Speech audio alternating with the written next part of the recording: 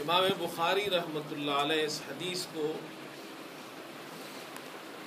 نقل فرماتے ہیں حضرت عبداللہ ابن عباس رضی اللہ عنہ راوی ہے، فرماتے ہیں کہ زمانہ جاہلیت میں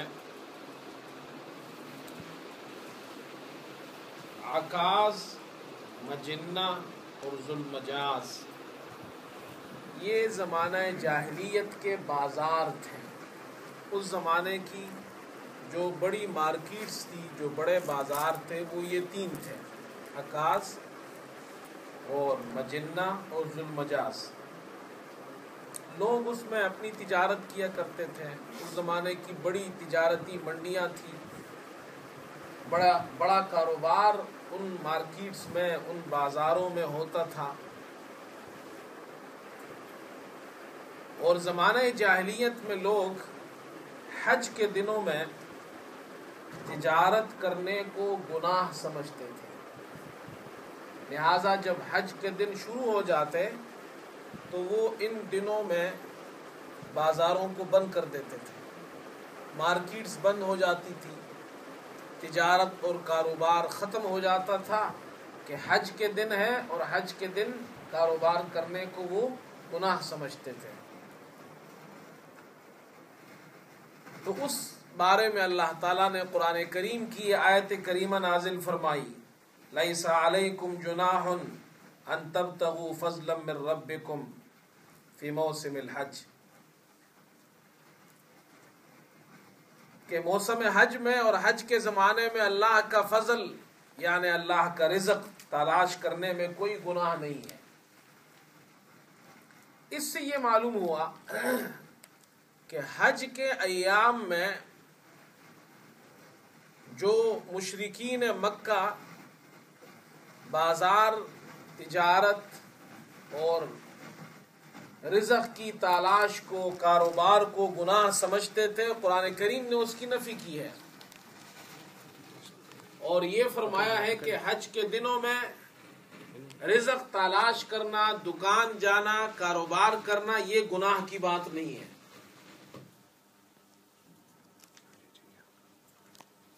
ایک بات تو یہ سمجھ میں آ گئی۔ اس سے یہ معلوم ہوا، اندازہ لگائیے کہ اسلام وہ مذہب ہے جس نے آ کر ہماری دنیاوی تجارت اور کاروبار کو بند نہیں کیا ہے، بلکہ دنیاوی تجارت اور کاروبار جو بند تھی اسے آزاد کیا ہے۔ یہ جو لوگ کہتے ہیں کہ اسلام ہمیں دنیا کے کام کاج سے روکتا ہے، کتنی غلط بات ہے۔ اسلام نے کب روکا ہے؟ اسلام تو یہ کہتا ہے کہ تم کاروبار کرو اور اس رزق کو، اس تجارت کو اللہ نے اپنا فضل کہا ہے، ان تبتغوا فضلا من ربکم، جو تمہارے رب کا فضل ہے اس کو تلاش کرو۔ تو تجارت اور کاروبار قرآن پاک میں اللہ نے اس کی تعبیر اپنے فضل سے کی ہے کہ یہ تجارت، بزنسز اور کاروبار اللہ کا فضل ہے۔ اور حج کے دنوں میں بھی کاروبار منع نہیں ہے۔ چنانچہ اگر حاجی صاحب حج کرنے جائے اور اس کی نیت حج کرنے کی ہو، کاروبار تجارت کی نہ ہو، نیت تو یہ ہے کہ میں حج کرنے جا رہا ہوں، اور اس حج میں وہ کاروبار بھی کر لے، کیونکہ دنیا کے لوگ وہاں پر جمع ہوتے ہیں، کاروبار کے مواقع حاصل ہوتے ہیں، لاکھوں کی تعداد میں لوگ آتے ہیں، تو تجارت اور کاروبار کرنے میں زیادہ نفع ہوتا ہے۔ تو اگر کوئی شخص اس وقت حج کو بھی جائے اور وہاں کچھ کاروبار بھی کر لے، پیسہ بھی کما لے، تو یہ کوئی گناہ کی بات نہیں ہے۔ البتہ حاجی صاحب کی نیت تجارت نہ ہو، نیت تو حج کی ہو، اور اس حج کی نیت کے ساتھ ساتھ، حج کرنے کے ساتھ ساتھ وہ کاروبار بھی کر لے، تو یہ کوئی گناہ نہیں ہے۔ یہ مسئلہ واضح ہو گیا کہ اللہ رب العزت تو ہمیں دنیا کے کام کاج سے روکتے نہیں ہیں، بلکہ اللہ تو آیت نازل فرما کر رکے ہوئے مارکیٹوں کو، بازاروں کو کھول رہے ہیں۔ جو دکانیں بند ہوتی تھی اس کو قرآن نے کھول دی کہ تم بند نہ کرو۔ اسی طرح آپ دیکھیں سورہ جمعہ میں اللہ رب العزت نے ایمان والوں کو حکم دیا جب جمعے کی اذان ہو جائے تو تم کاروبار بند کر دو، نماز کے لیے آؤ، خطبہ سنو۔ لیکن فَإِذَا قُضِيَتِ الصَّلَاةُ فَانتَشِرُوا فِي الْأَرْضِ وَابْتَغُوا مِنْ فَضْلِ اللَّهِ، نماز ختم ہو جائے جمعے کی تو اب زمین میں پھیل جاؤ اور اللہ کا فضل تلاش کرو۔ وہاں بھی اللہ نے رزق کو، تلاش رزق کو، تجارت اور کاروبار کو اللہ نے اپنا فضل کہا ہے، یہ میرا فضل ہے، اس فضل الہی کو تلاش کرو۔ تو تجارت کرنا، کاروبار کرنا، چاہے وہ حج کے دنوں میں ہو یا جمعے کی نماز کے بعد جا کر دکان کھولنا، پیسہ کمانا، یہ کوئی بری بات نہیں ہے، یہ اللہ کا فضل ہے۔ لیکن اتنی سی بات مسلمان کو سمجھنی چاہیے کہ یہ تجارت اور کاروبار اللہ کا فضل اور فضل الہی اس وقت بنتا ہے جب اللہ کے حکموں کے مطابق ہو۔ اگر اللہ کے حکم کے مطابق نہیں ہے، اس کاروبار میں حرام کی ملاوٹ آ گئی، ناجائز کی ملاوٹ آ گئی، غیر شرعی چیزیں اس میں مل گئی، ایسا کاروبار ہے کہ وہ نہ نماز کو آتا ہے، نہ اللہ کا حکم پورا کرتا ہے، نہ حلال حرام کو دیکھتا ہے، تو پھر وہ فضل الہی نہیں ہے۔ فضل الہی تو اس وقت بنے گا جب اللہ کے حکموں کے مطابق ہو۔ تو یہ بات دیکھو، اور یہ دونوں آیتیں قرآن پاک میں ہیں۔ حج میں تجارت اور کاروبار کرنے کی آیت بھی قرآن میں ہے، اور جمعے کے دن جمعے کی نماز کے بعد کاروبار کرنے کی آیت بھی قرآن میں ہے، اور دونوں جگہ اللہ نے تجارت کو اپنا فضل کہا ہے کہ یہ میرا فضل ہے۔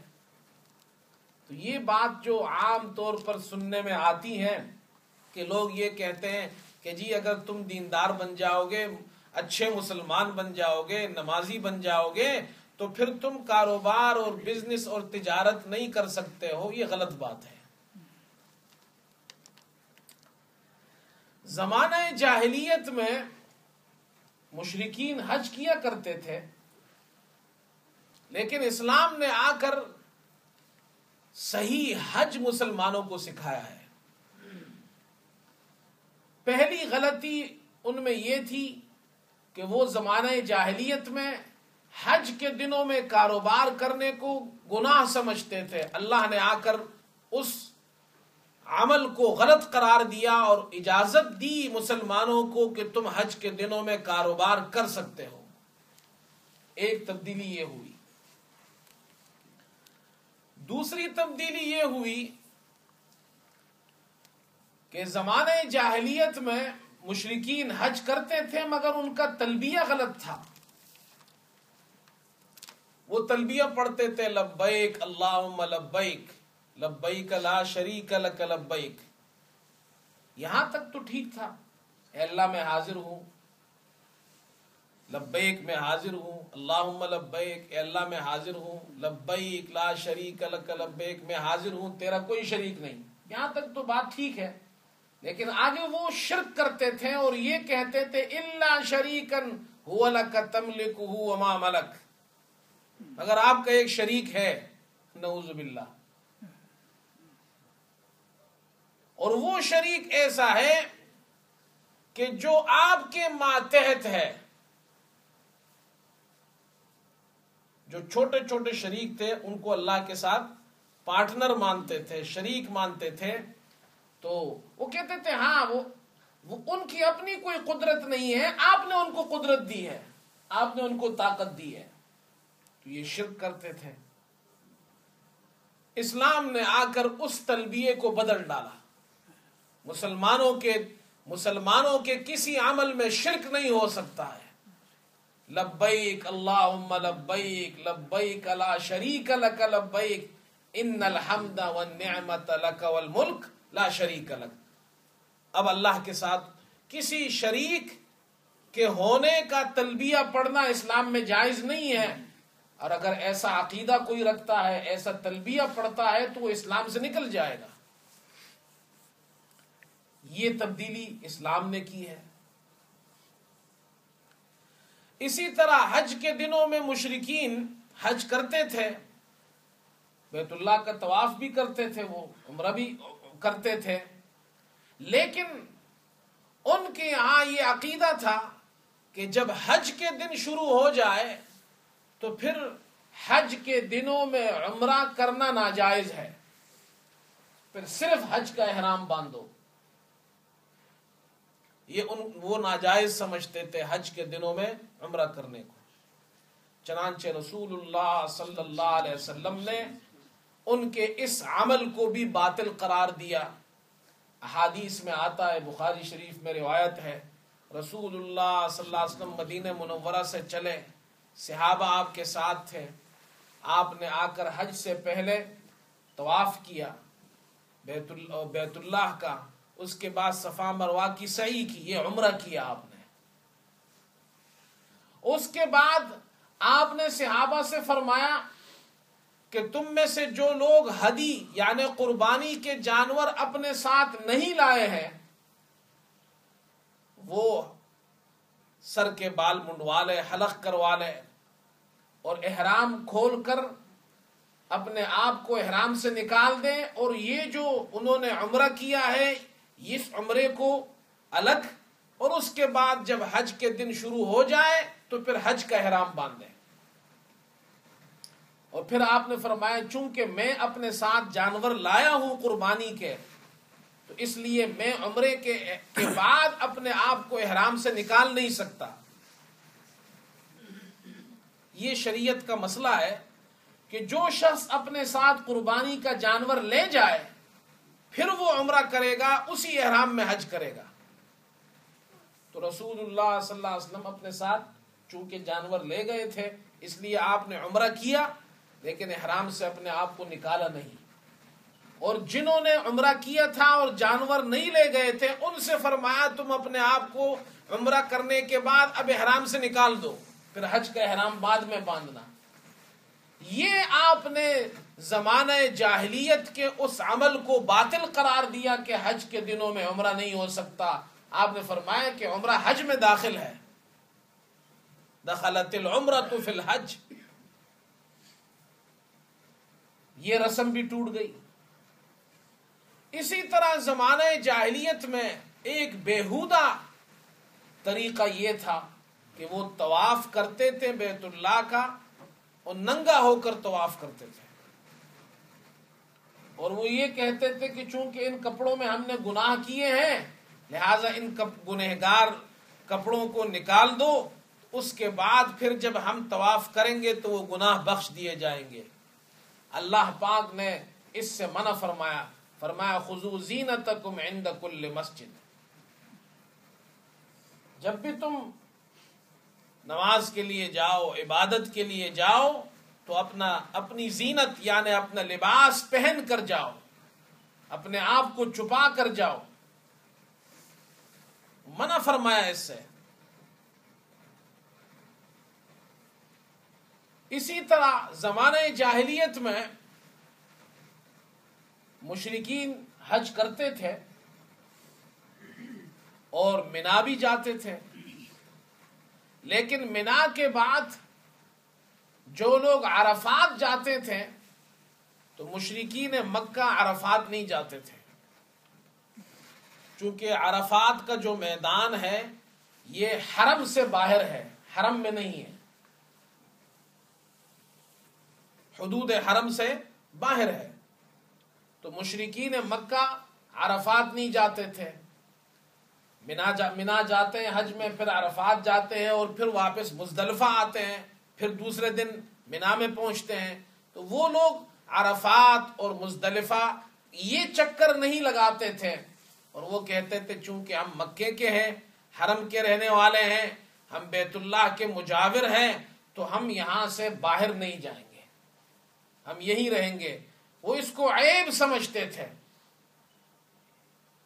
اللہ رب العزت نے قرآن پاک میں اس سے منع فرمایا اور حکم دیا کہ فَإِذَا أَفَضْتُم مِّنْ عَرَفَاتٍ فَاذْكُرُوا اللَّهَ عِندَ الْمَشْعَرِ الْحَرَامِ.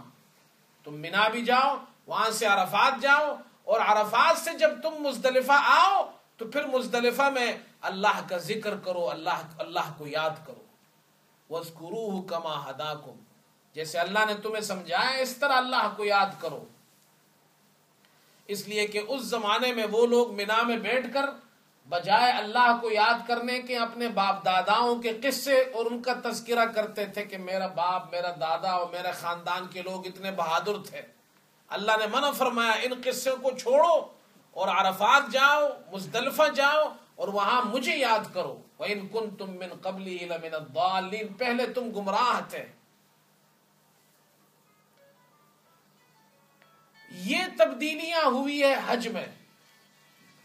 اور پھر رسول اللہ صلی اللہ علیہ وسلم نے اپنی وفات سے پہلے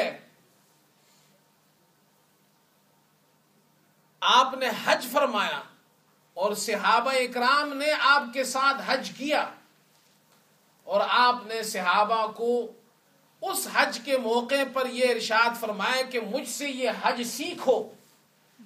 خذوا عنی مناسککم، حج کے طریقے مجھ سے لے لو، مجھ سے سیکھو. اور صحابہ اکرام رضی اللہ عنہ مجمعین نے رسول اللہ صلی اللہ علیہ وسلم سے وہ حج کا طریقہ سیکھا اور آگے امت تک وہ حج کا طریقہ پہنچایا. یہ مکمل حج جو رسول اللہ صلی اللہ علیہ وسلم نے کیا ہے، یہی مسلمانوں کا حج ہے، جس میں عمرہ بھی کیا جا سکتا ہے. اگر کوئی شخص عمرہ اور حج کو ایک احرام کے ساتھ کرتا ہے اس کو حج قران کہتے ہیں، جیسے حضور پاک علیہ السلام نے فرمایا. اور اگر کوئی شخص عمرے کو الگ احرام اور حج کو الگ احرام سے کرتا ہے اس کو حج تمتع کہتے ہیں، جیسے دیگر صحابہ نے کیا جن کو حضور پاک علیہ السلام نے حکم دیا تھا. اور اگر کوئی شخص صرف حج کا احرام باندھتا ہے اس کو حج افراد کہتے ہیں.